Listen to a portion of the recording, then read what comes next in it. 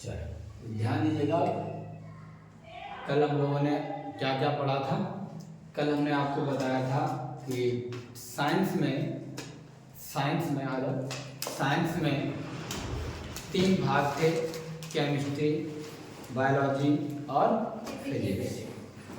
Chemistry में कितने chapter हैं? 4 चैप्टर हैं। 10th क्लास में केमिस्ट्री में कितने चैप्टर हैं? 4, जिसमें से मैंने पहले चैप्टर को स्टार्ट किया था। कौन से चैप्टर को स्टार्ट किया था? पहले चैप्टर को, जिसमें हमने कुछ बेसिक चीजें आपको बताई थी। बच्चों, पहला चैप्टर क्या था? हमने आपको बताया था चैप्टर नंबर 1, ठीक है ना। चैप्टर नंबर 1 क्या नाम है इसका?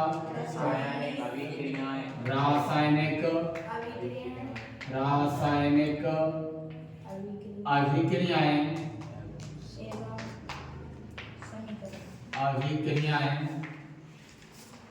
एवं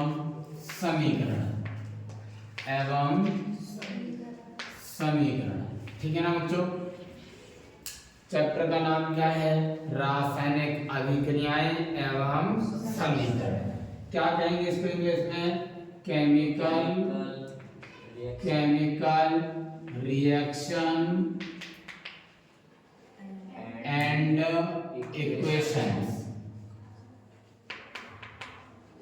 इक्वेशंस, ठीक है ना। ये क्या कहेंगे इसको? Chemical reactions and equations. तो बच्चों, मैंने आपको कल क्या क्या बताया था कि रासायनिक अभिक्रियाएं किसे कहते हैं। मैंने कहा था कि जब 2 या 2 से अधिक पदार्थ जब 2 या 2 से अधिक पदार्थ परस्पर क्रिया करके नए गुणों वाले नए पदार्थों का निर्माण करते हैं, तो इसे हम क्या कहते हैं? रासायनिक अभिक्रिया कहते हैं। जैसे बच्चों, जैसे हमने कहा हाइड्रोजन, पदार्थ का नाम क्या बच्चों? हाइड्रोजन नाम है। पदार्थ का नाम क्या है? हाइड्रोजन। और नाम है क्लोरीन। क्या नाम है? क्लोरीन। क्या नाम है? क्लोरीन। बच्चों, दोनों ने परस्पर क्रिया करने के बाद हाइड्रोजन क्लोराइड बनाया। क्या बनाया? हाइड्रोजन क्लोराइड बनाया। क्या बनाया बच्चों? हाइड्रोजन क्लोराइड बनाया, है ना। क्या बनाया? हाइड्रोजन क्लोराइड बना लिया। तो बच्चों, हाइड्रोजन की प्रॉपर्टीज गुण अलग होते हैं, क्लोरीन की प्रॉपर्टीज गुण अलग होते हैं। जब दोनों ने परस्पर क्रिया कर ली, क्रिया करने के बाद नया पदार्थ बनाया हाइड्रोजन क्लोराइड, तो हाइड्रोजन क्लोराइड के गुण इन दोनों से अलग होते हैं। तो मैंने क्या बोला कि 2 या 2 से अधिक पदार्थ परस्पर क्रिया करके नए गुणों वाले नए पदार्थ का, गुण भी नए हैं, पदार्थ भी नया है, तो नए गुणों वाले नए पदार्थों का निर्माण करते हैं। तो इसे ही हम क्या कहते हैं बच्चों? रासायनिक अभिक्रिया कहते हैं। क्या कहेंगे बच्चों? रासायनिक अभिक्रिया, केमिकल रिएक्शन कहते हैं, ठीक है ना। अब हम कहें कि समीकरण क्या होता है, तो समीकरण का मतलब ये है कि जब किसी रासायनिक अभिक्रिया में पदार्थों को, पदार्थ कौन सा है? हाइड्रोजन। हाइड्रोजन का सूत्र क्या होता है? H2। और क्लोरीन का सूत्र क्या होता है? Cl2। बच्चों, हाइड्रोजन क्लोराइड का सूत्र HCl होता है। आगे बैलेंस करेंगे तो 2 लगाएंगे, है ना। तो जब रासायनिक अभिक्रिया में पदार्थों जब रासायनिक अभिक्रिया में पदार्थों को उनके अणुसूत्रों या प्रतीक चिन्हों के द्वारा प्रदर्शित किया जाता है, तो इस प्रदर्शन को ही रासायनिक समीकरण यानी कि इक्वेशन कहते हैं। इसी को क्या कहते हैं बच्चों? समीकरण यानी कि इक्वेशन कहते हैं। क्या कहते हैं बच्चों? रासायनिक समीकरण या इक्वेशन कहते हैं। बोलो बच्चों, यहाँ तक मैंने आपको बताया था। फिर मैंने आपको कहा था कि जो अभिक्रिया में भाग लेते हैं, आ जाओ बच्चों, आ जाओ। अभिक्रिया में जो भाग लेते हैं क्या करते हैं बच्चों?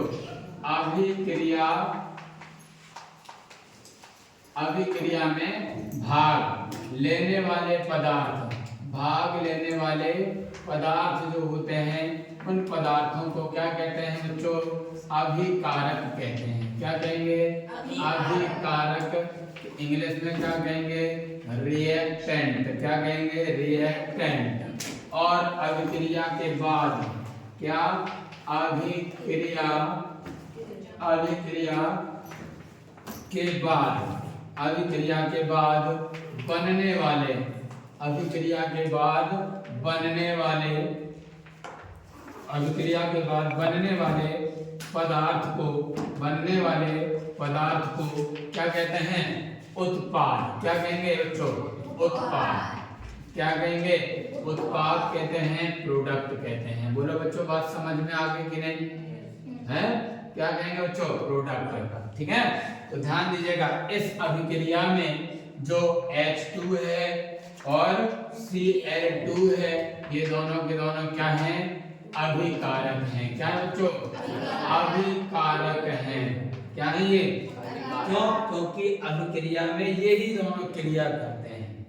अभिकारक का मतलब क्रिया करने वाले पदार्थ, क्रिया करने वाले पदार्थ।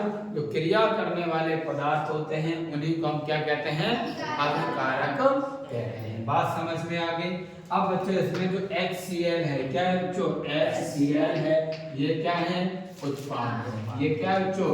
उत्पाद है। तो क्रिया के बाद, रासायनिक अभिक्रिया के बाद जो पदार्थ बनते हैं उनको हम क्या कहते हैं? उत्पाद कहते हैं। बात समझ में आ गई कि नहीं? यहाँ तक हमने आपको कल समझा दिया था। इसके आगे हम लोग पढ़ेंगे। लिखाया था या नहीं लिखाया? लिखा भी दिया था। अच्छा ठीक है, तो ध्यान देना है। इतनी बात समझ में आ गई तो याद हो जाएगा, नहीं हो जाएगा आपको? तो बताओ, रासायनिक अभिक्रिया की डेफिनेशन क्या होती है? दो या दो से अधिक पदार्थ परस्पर क्रिया करके नए गुण वाले नए पदार्थों का निर्माण करते हैं, तो इसे हम रासायनिक अभिक्रिया कहते हैं। ठीक है, और समीकरण की बात करें, रासायनिक अभिक्रिया में पदार्थों को उनके अणुसूत्रों या प्रतीक चिन्हों के द्वारा प्रदर्शित करते हैं। इसे हम क्या कहते हैं? रासायनिक समीकरण कहते हैं। बोलो बच्चों, बात समझ में आ गई कि नहीं? अभिक्रिया में भाग लेने वाले पदार्थों को अभिकारक, रिएक्टेंट कहते हैं। अभिक्रिया के बाद बनने वाले पदार्थों को उत्पाद कहते हैं, प्रोडक्ट कहते हैं। बात समझ में आ गई या नहीं? कोई तकलीफ है? नो तकलीफ? ठीक है, इसके आगे हम लोग लिखेंगे। कोई दिक्कत है? ये बात समझ में आती है कि नहीं है? आगे देखते हैं। तो अभिकारक और उत्पाद की डेफिनेशन लिखा दी? नहीं लिखाई? तो चलिए चलिए बच्चों, अब हम पढ़ेंगे परिभाषा को। तो चलिए लिखते हैं अभिकारक। हेड डालो, अभिकारक। अभिकारक रिएक्टेंट, रिएक्टेंट। तो बच्चों रिएक्टेंट क्या होते हैं? रासायनिक अभिक्रिया में भाग लेने वाले पदार्थों को अभिकारक कहते हैं। बोलो बच्चों, बात समझ में आ गई कि नहीं आ गई? ठीक है, तो लिखेंगे। लिखो, लिखो, लिखो। रासायनिक अभिक्रिया में, रासायनिक अभिक्रिया में भाग लेने वाले पदार्थों को, अभिक्रिया में भाग लेने वाले पदार्थों को, भाग लेने वाले पदार्थों को, भाग लेने वाले पदार्थों को क्या कहते हैं बच्चों? अभिकारक कहते हैं। अभिकारक कहते हैं। अभिकारक कहते हैं। अभिक्रिया में भाग लेने वाले पदार्थों को अभिकारक कहते हैं। ओके, कोई दिक्कत? अगली डेफिनेशन क्या लिखेंगे? उत्पाद। इंग्लिश में क्या कहेंगे बच्चों? प्रोडक्ट। प्रोडक्ट। क्या लिखेंगे?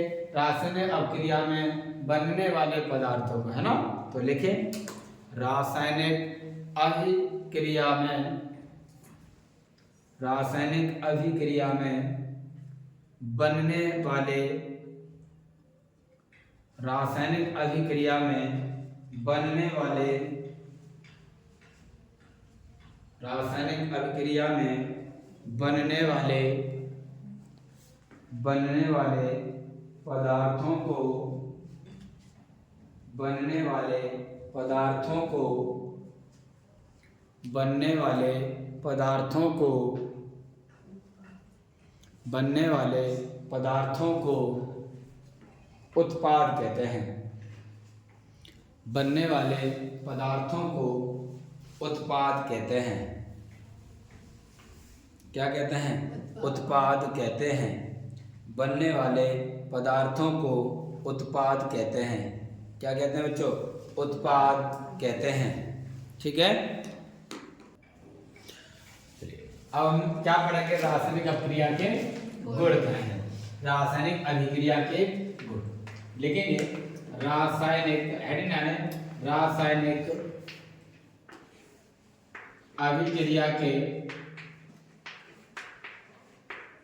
रासायनिक अभिक्रिया के गुण, रासायनिक अभिक्रिया के गुण, properties of chemical reaction, properties of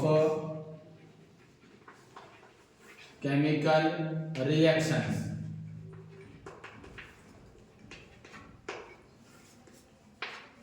ठीक है, ध्यान दीजिएगा इनके गुण क्या क्या होते हैं। पहला गुण, ये सबसे खास चीजें हैं, आपको ध्यान रखनी है।